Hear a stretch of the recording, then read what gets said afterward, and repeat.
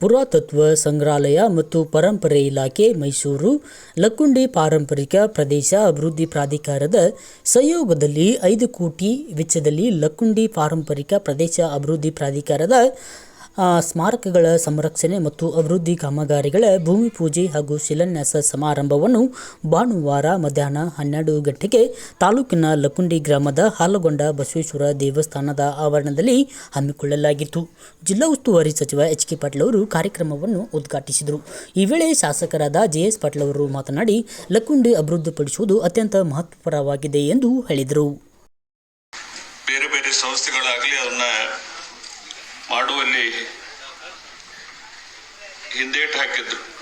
ಆದರೆ ಇತ್ತೀಚೆಗೆ 2000 ಇಸ್ವಿಯಲ್ಲಿ